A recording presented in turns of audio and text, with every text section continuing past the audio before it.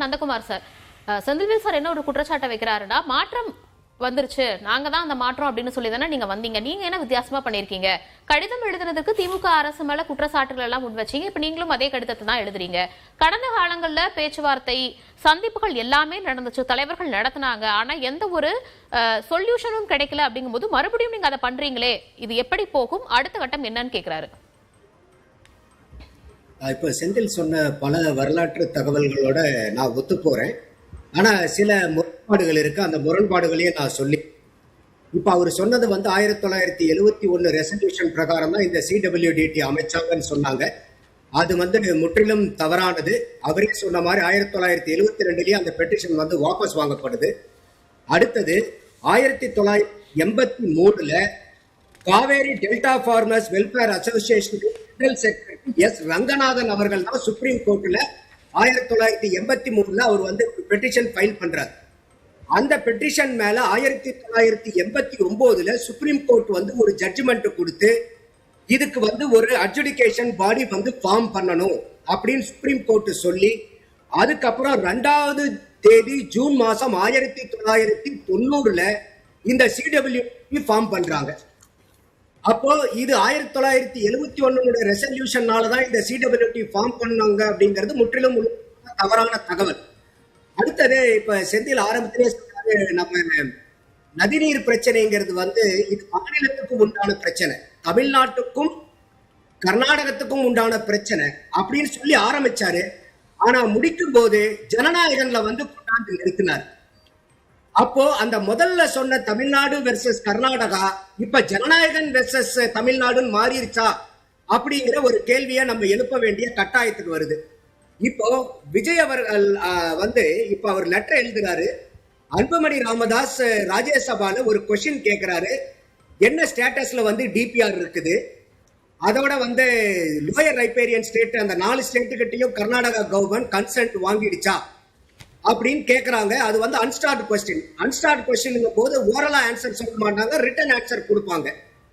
So அதுல அவரு Bharatiya ஜனதாவுடைய minister of state என்ன சொல்றாரு, இந்த மாதிரி எக்ஸ்பிளிசிட்டா வெளிப்படைத்தன்மையா லோயர் ரைப்பேரியன் ஸ்டேட் அவசியம் இல்லைன்னு ஒரு தேவையற்ற ஒரு பலனற்ற வாதத்தை அவரு பதிலா கொடுக்கிறார். கேட்கக்கூடிய நோக்கம், அன்புமணி ராமதாஸ் அவர்கள் கேட்டதனுடைய நோக்கம் என்னன்னா, லோயர் ரைப்பேரியன் ஸ்டேட்ஸ்னுடைய கன்சர்ன் மட்டும் இல்ல, அவங்களுக்கு பாதிக்கிற அளவுக்கு விஷயங்களை அப்பர் ரைப்பேரியன் ஸ்டேட் செய்யலாமாங்கிறது அதனுடைய உள்ளர்த்தம். ஆனா ஒரு லிட்ரல் மீனிங்காக ஜட்ஜ்மெண்ட்ல லோயர் ரைப்பேரியன் ஸ்டேட்ஸ் கேட்கணுங்கிற கன்சென்ட் வாங்கணுங்கிற அவசியம் இல்லைங்கிற அந்த ஒத்த வரைக்கும் மட்டும் பதில குடிச்சிட்டு முடிக்கிறாங்க. இதற்கு காரணம் என்னன்னா, மே மாசம் 2028ல கர்நாடகால தேர்தல் வரப்போகுதுங்க. அப்ப ஏற்கனவே பாரதிய ஜனதா அங்க ஆண்ட கட்சி, காங்கிரஸ் இப்ப அங்க ஆண்டுகிட்டு இருக்க கட்சி, 2 பேர்த்துக்கும் இதை யாரு இந்த 2027 பேட்டில யாரு ஜெயிக்கிறதுங்கிறதுல இன்னைக்கு மக்களுடைய உயிர் வாழ்வாதார பிரச்சனையான காவிரி பிரச்சனை பிஜேபியும் காங்கிரஸும் இன்னைக்கு ஒரு அரசியல் பிரச்சனையா மாத்திக்கிட்டு இருக்காங்க. அதுல நமக்கு எந்த விதமான உடன்பாடும் இல்லை. அப்போ இந்த இடத்துலதான் விஜய் அவர்கள் இதுக்கு கடிதம் எழுதுறாரு. இல்ல, நீங்க சொல்றது ஹைலி டிசப்பாயிண்ட், பெருத்த ஏமாற்றம் இருக்கு. அதோட மட்டும் இல்லாம இதுல நீங்க சொல்லலன்னு சொல்றீங்க. இது கர்நாடகாக்கு நம்ம கூட மட்டும் பிரச்சனை இல்ல திவ்யா, இது பல மாநிலங்கள் கூட அவங்களுக்கு இப்படிதான் பிரச்சனை. நமக்கு எப்படி காவேரியில பிரச்சனை இருக்கோ அந்த மாதிரி ஆந்திர பிரதேஷ் கூட கிருஷ்ணால அவங்களுக்கு பிரச்சனை. அப்போ இந்த அல்மாட்டி ஆர்டர்னு ஒரு ரூலிங் ஆகவே இருக்கு சுப்ரீம் கோர்ட்ல 2000ல வந்த தீர்ப்பு. அது என்னன்னா, அந்த அல்மாட்டி அணையை உயரத்தை அதிகம் பண்ணி வாட்டர் ஸ்டோர் பண்ணணுங்கிறத கர்நாடகா முயற்சி பண்ணுது. அப்ப இது சுப்ரீம் கோர்ட்டுக்கு போய் இந்த கேஸ்ல தெளிவா அந்த சுப்ரீம் கோர்ட் ரூலிங் எப்பங்க 2000லயே வந்திருக்கு. இந்த சுப்ரீம் கோர்ட் ரூலிங் என்னன்னு வந்திருக்கு, கீழ் படுகையில இருக்கக்கூடிய மாநிலங்கள் பாதிக்கிற அளவுக்கு மேல் படுகையில இருக்கக்கூடிய மாநிலங்கள் எந்த விஷயங்களையும் செய்யக்கூடாதுங்கிறத இந்த பாரதிய ஜனதாவுடைய மினிஸ்டர் ஆஃப் ஸ்டேட் வெளிப்படையா 2018ல தீர்ப்புல இல்லைன்னு ஒரு சொன்னாரு. பாத்தீங்களா, 2000 வருஷத்துல வந்த அந்த அல்மாட்டி ஆர்டர்ல இதை வெளிப்படையாவே சொல்லியிருக்காங்க சுப்ரீம் கோர்ட். அதையும் முதல்வர் அவர்கள் மேற்கோள் காமிச்சு, நீங்க சொல்றது பொறுப்பற்ற பதிலா கொடுத்திருக்கீங்க, இந்த பதில திரும்ப பெறணும்னு லெட்டர் எழுதியிருக்காரு. அதோட காவேரி வாட்டர் மேனேஜ்மெண்ட் அத்தாரிட்டிங்கிறது வந்து காவேரி வாட்டர் டிஸ்பியூட் ட்ரிபியூனல் கொடுத்த ஆர்டரை எக்ஸிக்யூட் பண்ணக்கூடிய பாடி.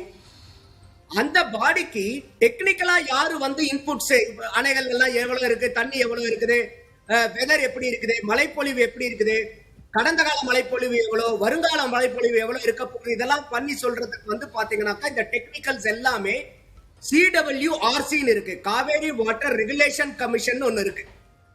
அந்த கமிஷன்ட்ட தமிழ்நாடு அரசாங்கம் இப்ப வந்து அதிகாரிகள் மூலியமா அழுத்தத்தை கொடுத்து முந்தா நேத்து வந்து ஆர்டர் கொடுத்திருக்கிறாங்க. வரப்போற 15 நாளைக்கு ஒவ்வொரு நாளுக்கும் 3500 கியூபிக் செகண்ட்ஸ் வாட்டரை வந்து அடுத்த 15 நாட்களுக்கு கர்நாடக அரசாங்கம் திறந்து விடணும். அப்ப இந்த அடுத்த 15 நாளுக்கு வந்து பாத்தீங்கன்னா அதை நீங்க கால்குலேட் பண்ணீங்கன்னா அந்த கியூபிக் செகண்ட் அதை வந்து மல்டிப்ளைடு பை செகண்ட்ஸ் அதை வந்து கன்வெர்ட் டிஎம்சிக்கு பண்ணீங்கன்னா 4.5 டிஎம்சி வரும். அப்போ வெறும் லெட்டர் எழுதுறதோட மட்டும் இல்லாம சட்டப்பூர்வமான நடவடிக்கைகளும் இங்க எடுக்கப்பட்டுக்கிட்டு இருக்கு. அப்ப இன்னைக்கு நமக்கு கர்நாடகா வந்து எங்களுக்கு மழை இல்லை, எங்களுடைய அணையில வந்து 30 வருஷம் வரலாறு காணாத எங்களுக்கு மழை பொழிவு குறைஞ்சிருக்கு, அணைகள் எல்லாம் வந்து எங்களுக்கு கம்மியா இருக்குன்னு சொன்னாலும் அத கர்நாடக அரசு என்ன சொல்லுதுங்கிறது முக்கியம் இல்ல, CWRC அந்த ரெகுலேஷன் கமிட்டி என்ன சொல்லுங்கிறது தான் முக்கியம். அவங்க எதெல்லாம் ஆய்ந்து பார்த்து தான் அவங்க ரெக்கமெண்டேஷன் கொடுத்து இன்னைக்கு இந்த வாட்டர் திறந்து விடணுங்கிறது ஆர்டர் கொடுத்திருக்காங்க. அடுத்தது இப்போ நம்மளுடைய பூவுலகின் நண்பர்கள் வந்து பாத்தீங்கன்னா ஒரு RTI போட்டிருந்தாங்க.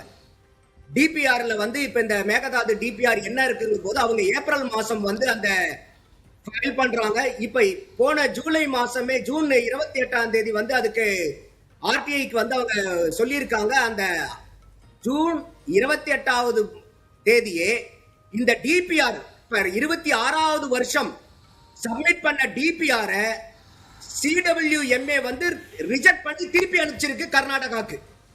காரணம் என்னன்னா இப்ப இவங்க இவ்வளவு நாளா மேகதாதுவை வந்து வெறும் குடிநீர் பிரச்சனைன்னு இவங்க கதை சொல்லிக்கிட்டு இருந்தது இல்லாம இப்ப இந்த சிவனசமுத்திரம்னு சொல்லிட்டு ஒரு ப்ராஜெக்ட் இருக்கு, ஹைட்ரோ பவர் ப்ராஜெக்ட்.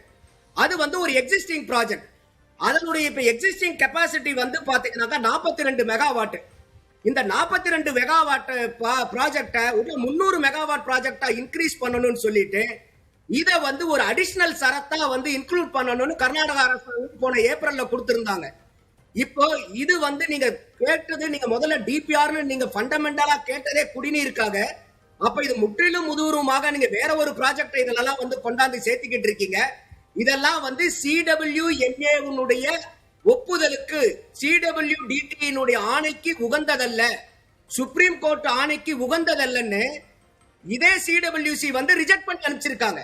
அப்ப நம்ம எல்லாத்தையும் கனெக்டிங் தி டாட்ஸ் எதை கூட்டி கழிச்சு பார்த்தாலும் இன்னைக்கு 2007ல வந்த CWDT ஆர்டரையோ அதுக்கப்புறம் 2018ல அது வந்து ரிவைஸ் ஆச்சு. ஏன்னா CWDTல வந்து நமக்கு 419 டிஎம்சி கொடுத்திருந்தாங்க திவ்யா. ஆனா சுப்ரீம் கோர்ட்ல நடந்ததுல அதுல 14.25 டிஎம்சி குறைக்கிறாங்க. நமக்கு கொடுத்தது எவ்வளவுன்னு கேட்டீங்கன்னா 404.25 டிஎம்சி. இப்ப அவங்க காவேரி ஆற்றுல நம்மளுடைய பங்கு அந்த 404.25ல 177.25 டிஎம்சி கர்நாடகா நமக்கு திறந்து விடணும். மீதி 227 டிஎம்சி நம்ம தமிழ்நாட்டுக்கு உட்பட்ட பகுதியில் அந்த காவேரியில இருக்கக்கூடிய கேட்ச்மெண்ட் ஏரியால பூரா பெய்யக்கூடிய மழை அந்த வாட்டர் வந்து நம்மளுடைய ரீஜன்லயே வருது. அப்போ இந்த 14.25 டிஎம்சி வந்து சுப்ரீம் கோர்ட் சொல்லும் போது என்ன கிளாரிபிகேஷன் கொடுக்கறாங்கன்னா, இத நீங்க வந்து காவேரி டெல்டால இருக்கக்கூடிய பகுதியில அண்டர் கிரவுண்ட் வாட்டரை நீங்க கன்சிடர் பண்ணல, அதுல ஒரு 10 டிஎம்சி எடுத்துக்குங்க. அதே மாதிரி இன்னைக்கு பெங்களூரு வந்து குளோபல் சிட்டியா மாறிக்கிட்டு இருக்கு. அதனால அதனுடைய குடிநீர் தேவையை நிவர்த்தி பண்றது கட்டாயமா இருக்கிறனால 4.25 டிஎம்சி எப்பங்க 2018 சுப்ரீம் கோர்ட்லயே 4.25 டிஎம்சி வந்து கர்நாடகாவுக்கு வந்து சுப்ரீம் கோர்ட் அலாட் பண்ணுது. அப்படித்தான் நமக்கு உண்டான 419 டிஎம்சி 404.25 குறையுது. அது முடிஞ்சது போக இன்னைக்கு தேவை பாத்தீங்கன்னாக்கா சற்றேறக்குரிய 2.3 டிஎம்சி வந்து ஒரு மாசத்துக்கு பெங்களூருடைய குடிநீர் தேவை. ஆனா இந்த மேகதாது அணை 67 டிஎம்சிக்கு கட்டுறாங்க திவ்யா. உங்களுக்கு தேவையை விட நீங்க 20 மடங்கு 30 மடங்கு நீங்க ஒரு மேகதாது அணை கட்ட வேண்டிய தேவை என்ன? அப்ப உங்களுக்கு குடிநீர் தான் உண்மையான பிரதான பிரச்சனைன்னா ஒரு மாசத்துக்கு 2.3 டிஎம்சி தான் பெங்களூருக்கு வேணும்னா அதை நீங்க வெறும் சாதாரண ஒரு ஸ்டோரேஜ் டேங்க் கட்டி ஒரு பம்ப் போட்டு எடுத்து கூட தாராளமா அனுப்பலாமே. அப்ப இந்த கர்நாடகாவினுடைய நோக்கம் காவேரி தண்ணிய அதனுடைய கண்ட்ரோல முழுமையா தன்கிட்ட வச்சுக்கணுங்கிறது தான் அந்த எண்ணங்கள் வந்து தவறுதலான எண்ணங்கள். இந்த நோக்கங்கள் எல்லாமே இரு மாநில முதலமைச்சர்களின் சந்திப்பின் மூலமாக சரி செய்யப்படுமா, தீர்வு எட்டப்படுமா? இல்லைங்க, இப்ப நம்ம என்னைய பொறுத்த வரைக்கும் என்னுடைய தனிப்பட்ட பார்வை வந்து இது பேசணுமா பேசக்கூடாதாங்கிறது, பேசினாலும் தவறில்லை, பேசாம விட்டாலும் தவறில்லை. என்ன காரணம் நான் சொல்றேன்னு கேட்டீங்கன்னா, இப்ப நம்மளது வந்து ஒரு பெடரல் கவர்மெண்ட் கூட்டாட்சி முறை. அப்போ நமக்கு வந்து ஒரு மாநிலத்து கூட இன்னொரு மாநிலம், இப்ப நான் சொன்னேன் இல்லைங்களா, இந்த CWRC ரெக்கமெண்டேஷன்ல CWDT வந்து இப்ப 4.5 டிஎம்சி திறந்து விடணும்னு ஆர்டர் போட்டிருக்காங்க அடுத்த 15 நாள். இது தமிழக அரசாங்க அதிகாரிகள் அங்க போய் நிர்பந்தம் வச்சுதான் CWMAல நமக்கு கிடைக்குது. அப்போ அரசாங்க அதிகாரிகள் மட்டத்துல பேச்சுவார்த்தை நடத்தாம எல்லாம் இல்ல, மாநிலங்களுக்குள்ளார பேச்சுவார்த்தை நடத்துறாங்க. ஆனா ஒரு மக்களால் தேர்ந்தெடுக்கப்பட்ட பிரதிநிதிகள் ஒரு மாநிலத்துக்குட்டார ஒரு மாநிலம் நம்மள மாதிரி வந்து ஒரு பெடரல் ஸ்ட்ரக்சர்ல பேசுறதுல தப்பு கிடையாது. ஏன்னா இப்ப ஒரு முதலமைச்சரும் இன்னொரு முதலமைச்சரும் பேசுறனால இது வந்து சுப்ரீம் கோர்ட்டினுடைய ஜட்ஜ்மெண்ட்டுக்கு இது ஆல்டர்னேட்டா மாறாது. இல்ல, கர்நாடகாவுல ஒரு மூத்த காங்கிரஸ் தலைவர் என்ன சொல்லியிருக்காரு அப்படின்னா, சிஎம் விஜய் அவர்களை கர்நாடக முதல்வர் கன்வின்ஸ் செய்ய பாப்பாரு, அங்க இருக்கக்கூடிய பிரச்சனைகள் எங்களுடைய நிலையை சொல்லி சிஎம் விஜய கன்வின்ஸ் செய்ய பாப்பாரு அப்படிங்கிற ஒரு ஸ்டேட்மெண்ட்டை சொல்லியிருக்காரு. இதன் மூலமாக இன்னுமே விமர்சனங்கள் அதிகமாக தற்போது எழுது. இல்ல திவ்யா, இப்ப யாரா இருந்தாலும் இப்ப கர்நாடகால இருக்காங்க, கர்நாடகாக்காக பேசுவாங்க, நம்ம நமக்காக பேசுவோம். இப்ப தமிழகத்தில் இருக்க சாதாரண ஒரு கட்சி கூட கர்நாடகத்துல ஒரு கிளை இருந்து வச்சுக்கீங்களேன், அந்த கட்சியினுடைய நிலைப்பாடு என்னன்னு கேளுங்க. அவங்க கர்நாடகாவுக்கு தான் சப்போர்ட் பண்ணுவாங்க, தமிழ்நாட்டில் இருக்கக்கூடிய கட்சியா இருந்தா கூட. அப்போ இது வந்து கன்வின்ஸ் செய்வாருன்னா நம்ம சீஃப் மினிஸ்டர் போயிட்டு அப்படியா சார், ஓகே சார், நான் ரொம்ப கன்வின்ஸ் ஆயிட்டேன் சார், பரவாயில்ல சார், நீங்க எடுத்துக்கோங்க சார் சொல்லிடுவாருன்னு நம்ம நம்புறோம்னா நம்மளுடைய அறியாமை அது. அப்போ இதுல போய் ஒரு முதல்வர் இன்னொரு முதல்வரை பார்க்கறதுல எந்த தவறும் இல்லைங்க, ஒரு பேச்சுவார்த்தை நடத்துறதுலயும் எந்த தவறும் இல்ல, பேச்சுவார்த்தை நடத்தாம இருக்கிறதுலயும் எந்த தவறும் இல்ல. ரெண்டு பக்கமும் சரிசமமான நியாயம் இருக்கு. ஆனா இவங்க வைக்கக்கூடிய வாதம், நாம போய் சீஃப் மினிஸ்டர் பார்த்து பேசிக்கிட்டாவே நமக்கு பலகீனமா மாறிடும். இல்லைங்க, இது பலகீனம் இல்ல, இது விவசாயிகளுக்கு உண்டான ஒரு பலமா மாறும். ஏன்னா இன்னைக்கு இது யாருமே அரசியல் படுத்தக்கூடாது. செந்தில் ஏற்கனவே சொன்ன மாதிரி நம்ம அத்தனை கட்சியினுடைய நோக்கமும் என்னங்க, விவசாயிகளுடைய வயலுக்கு தண்ணி வரணுங்க.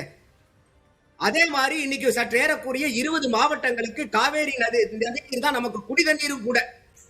அப்போ இந்த குடிதண்ணீர் பிரச்சனையும் காவேரி டெல்டால இருக்கக்கூடிய விவசாயிகளுடைய நீர் வாழ்வாதார பிரச்சனையும் எந்த விதத்திலையும் பாதிக்க கூடாதுங்கிறது நம்மள மாதிரி சிட்டிசனுக்கே இந்த மாதிரி இருக்கும் போது இந்த மாநிலத்தை ஹெட்டா இருக்கக்கூடிய ஒரு முதல்வருக்கு அந்த அக்கறை இல்லாம போயிடுமா? அப்போ இந்த இடத்துல என்ன பண்றாருன்னா, விஜய் அவர்கள் சட்ட போராட்டம் ஒரு பக்கம் நடந்துகிட்டே இருக்குது, அதுல எந்த இமி அளவுக்கு கூட காம்ப்ரமைஸ் கிடையாது. ஆனாலும் ஒரு மாநிலத்துக்குள்ளார மாநிலம் பேசி பார்க்கலாமா, ஒரு முயற்சி தானுங்க, உள்ளுவதெல்லாம் உயர்வுள்ளல்.